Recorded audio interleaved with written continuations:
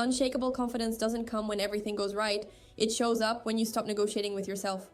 And almost no one realizes this. What looks like confidence to the world is, most of the time, just a fragile disguise held together by external validation, approval, and applause. One criticism, one mistake, or even a sideways glance, and it all falls apart. The top 1% operate by a different logic. They don't try to look confident. They build something far more rare: inner predictability, emotional control, and silent authority, even under pressure. In today's video, you're going to understand exactly which mental, physiological, and behavioral patterns create the kind of confidence that doesn't waver with the environment. Stay until the end, because some of these rules are counterintuitive, and ignoring them could be quietly sabotaging your presence without you realizing it. Rule number 1, confidence comes from internal predictability, not external validation. Most people spend their lives trying to appear confident to the world, waiting for approval to feel secure. They adjust their behavior based on the environment, change their message depending on reactions, and call it social intelligence. But deep down, that confidence is fragile because it depends on moods, acceptance, and how others perceive them. The top 1% do the exact opposite of this invisible pattern. They don't build confidence through approval, they build it by being predictable with themselves. When you make a promise to yourself and don't keep it, something quiet happens inside. It's not guilt or drama, it's a loss of internal authority. The brain registers, I can't fully trust my own decisions. Now look at the contrast. When you do what you said you do, even in small things, the effect is the opposite. You start moving with more firmness, less anxiety, and less need for outside validation. Albert Bandura, a Canadian-American psychologist, demonstrated this scientifically through his theory of self-efficacy, established in 1997.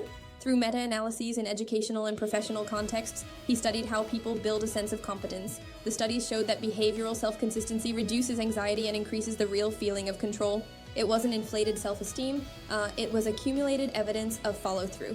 The more people saw themselves keeping their own promises, the more confident they became under pressure. Here's the practical step that almost no one truly applies. Define 3 daily promises that are non-negotiable, simple enough to complete without drama. It could be a fixed time to start your day, a short workout, or a specific professional task. Most people make too many promises and fulfill very few. The elite promise less, but always deliver, and that changes everything. This process creates what we can call a self-trust loop, a quiet cycle of building real confidence. You make a small promise, follow through without negotiation, mentally register it, and reinforce the pattern. Each repetition sends a clear signal to the brain of predictability and control. That signal reduces emotional noise and increases perceived self-efficacy. Over time, you don't need motivation. You simply act. See how this changes your presence in any environment? Someone who trusts themselves doesn't walk into a room looking for approval. They walk in looking for clarity. They don't speak to impress.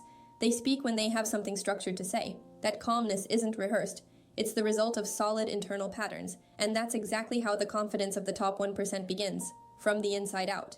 Rule number 2, the top 1% regulate their physiological state before trying to change their thoughts. Most people try to fix insecurity on the level of thought, repeating mental phrases while their body is in full alert.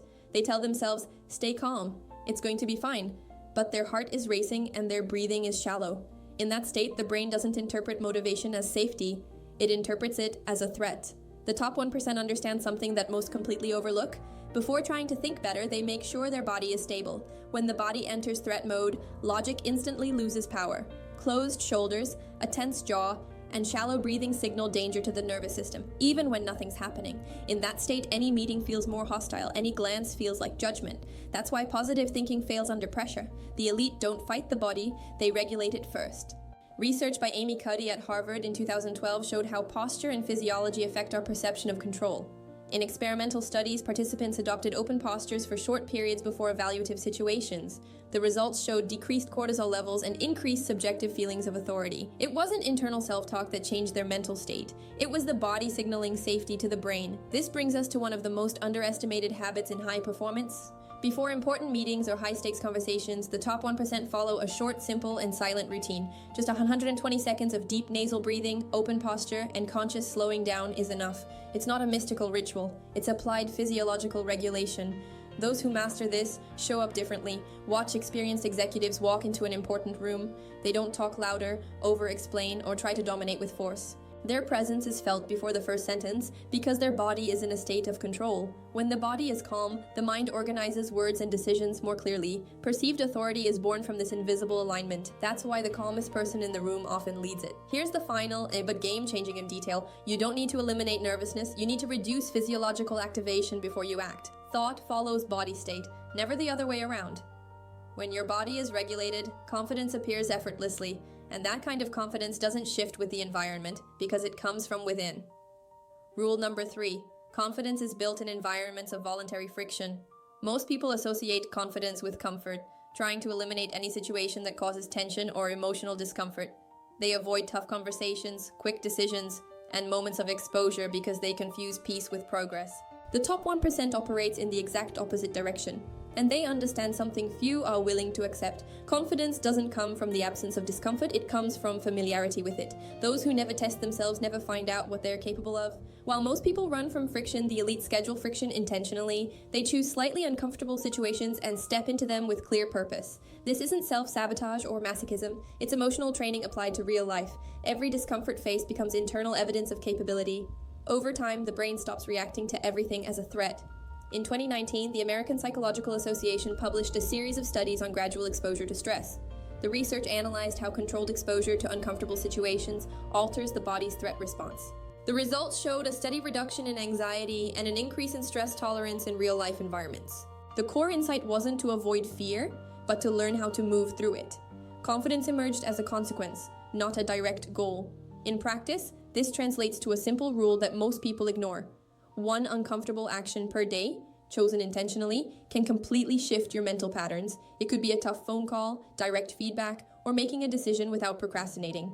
It doesn't have to be grand, it just has to be consistent. The brain learns quickly when you show it you're not running away. To make this visible, the top 1% uses simple behavioral tracking tools. A weekly discomfort tracker, for example, logs what was avoided and what was faced. This contrast creates awareness and eliminates self-deception. You begin to clearly see where you're growing and where you're hiding. Awareness comes before self-mastery. The cumulative effect of this is powerful and quiet. Situations that once felt threatening begin to feel operational. Confidence stops being emotional and becomes structural. You walk into difficult scenarios with more calm because emotionally, you've already been there. That's how voluntary friction transforms discomfort into internal authority. Rule number 4, the top 1% separates identity from performance. Most people confuse results with identity and pay a heavy price for it. When something goes wrong, they don't think that failed. They think I failed. This psychological error creates fear of taking action, fear of making mistakes, and a constant need for self-protection. The top 1% operates with a completely different mental frame. To them, performance is adjustable, identity is stable. When you mix who you are with what you do, every mistake becomes a personal threat. The body goes into defense mode, the ego tries to justify, and learning stalls. But those who separate identity from results can observe mistakes with composure. There's no drama, just analysis. This emotional distance is one of the elite's greatest competitive advantages. Carol Dweck demonstrated this consistently in her studies on mindset, published starting in 2006. Her longitudinal research examined individuals in high-performance environments over time. People with a more stable identity, not fused to results, showed greater resilience after failure. They recovered faster and adjusted their strategies more effectively. Failure became data, not judgment. In practice, this separation begins with both internal and external language. There's a huge difference between saying, "This didn't work," and "I don't work." The first opens space for correction and growth. The second shuts everything down and leads to emotional exhaustion. The top 1% trains this language because they understand that words shape mental state. Watch how CEOs and seasoned leaders deal with failure under pressure. They don't explain themselves emotionally or go overboard defending their actions. They treat mistakes as necessary information for the next adjustment. There's no ego attack and only process focus. This posture communicates security to the team and brings clarity to future decisions. When identity and performance are separated, confidence no longer swings with every result. You can make mistakes without falling apart, and succeed without getting inflated. This creates an emotionally solid, rare, and extremely powerful foundation. It's this stability that allows people to make tough decisions without internal collapse. And that's how the top 1% stays grounded, even when the game gets intense. Rule number 5. Confidence grows when you measure evidence, not emotions. Most people decide whether or not they're confident based on how they feel in the moment. If they wake up feeling good, they feel capable. If they wake up feeling off, they start questioning everything. Emotions are volatile, reactive, and deeply influenced by context. The top 1% don't use emotions as a thermometer for competence. They rely on solid evidence. Feeling confident is irrelevant when there's no internal proof of capability. Emotions fluctuate under pressure, fatigue, and external expectations, but evidence remains, even when your mood drops. The elite know the brain lies when it's under stress. That's why they build objective references to anchor themselves. Daniel Kahneman and Amos Tversky demonstrated this in 1979 in their studies on heuristics and cognitive biases. Their experiments showed how emotions distort self-assessment. Especially in high-pressure or risky situations, people underestimate or overestimate their abilities based on fleeting feelings. When the brain is overloaded, it looks for emotional shortcuts. Factual evidence drastically reduces this bias. In practice, the top 1% build a personal evidence file. This isn't symbolic, it's functional. It includes measurable results, achieved metrics, and objective feedback received over time.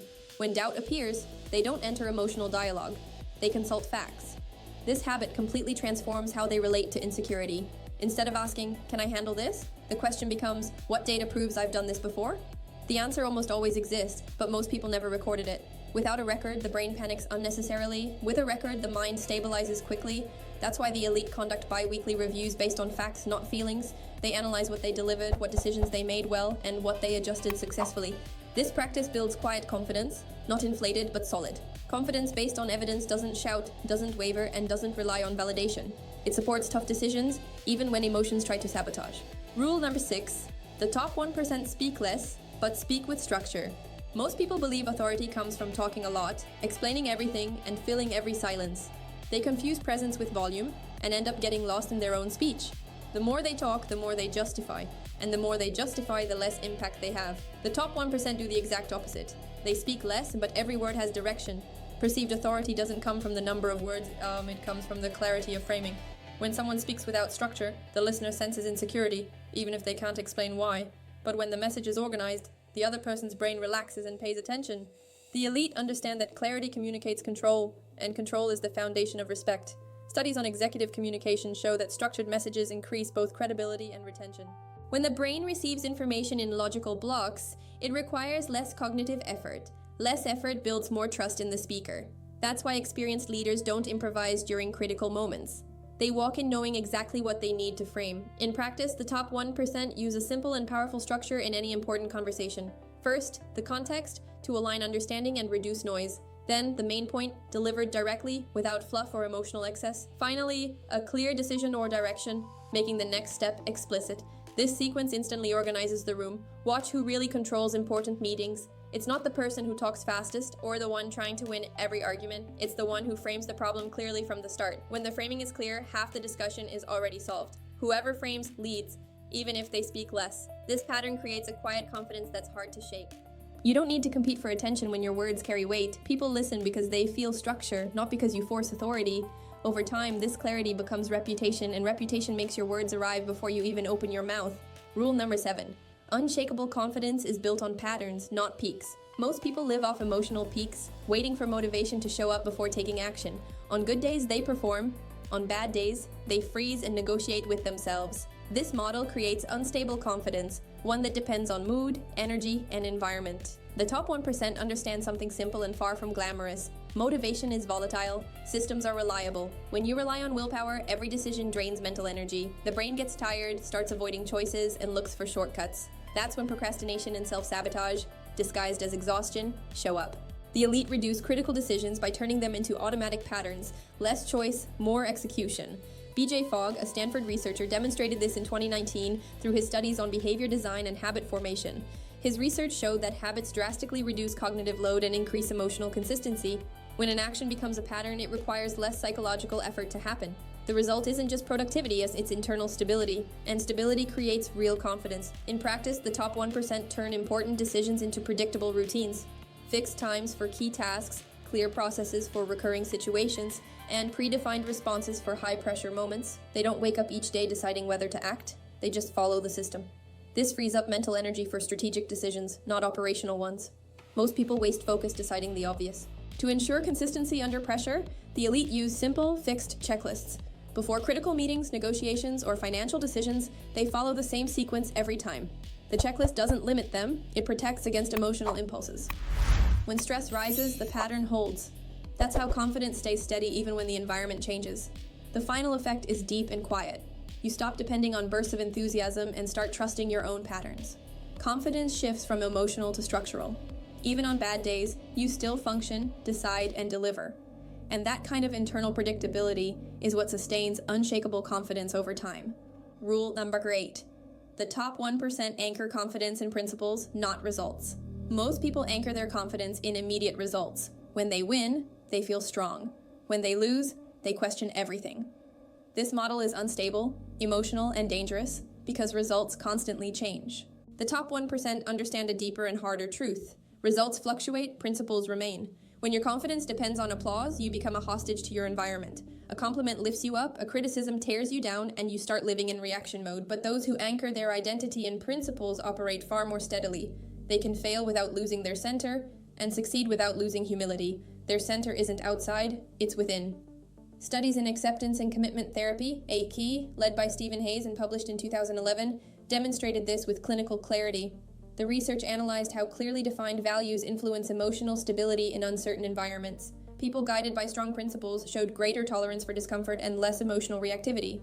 They suffered less from external highs and lows. Internal clarity worked as a psychological anchor. The top 1% don't ask, "Did this work?" They ask, "Was this aligned with who I've decided to be?" That question changes everything. When you act from principle, results become feedback, not identity. You adjust course without falling apart emotionally. That mindset builds quiet confidence, one that doesn't need to be defended. In practice, this starts with something most people never do seriously. Define 5 operational principles to guide your decisions under pressure. Simple things like act before you're ready, don't negotiate integrity, or decide based on data, not fear. These principles act like tracks when emotion tries to knock you off course. They reduce doubt by eliminating internal negotiation. And here's the closing insight that separates the amateur game from the elite game. Real confidence doesn't rise and fall with applause or criticism because it's not based on reaction. It comes from the alignment between what you believe and how you act. When your principles are clear, you move with certainty, even in uncertainty. And that's exactly what makes the confidence of the top 1% feel unshakable.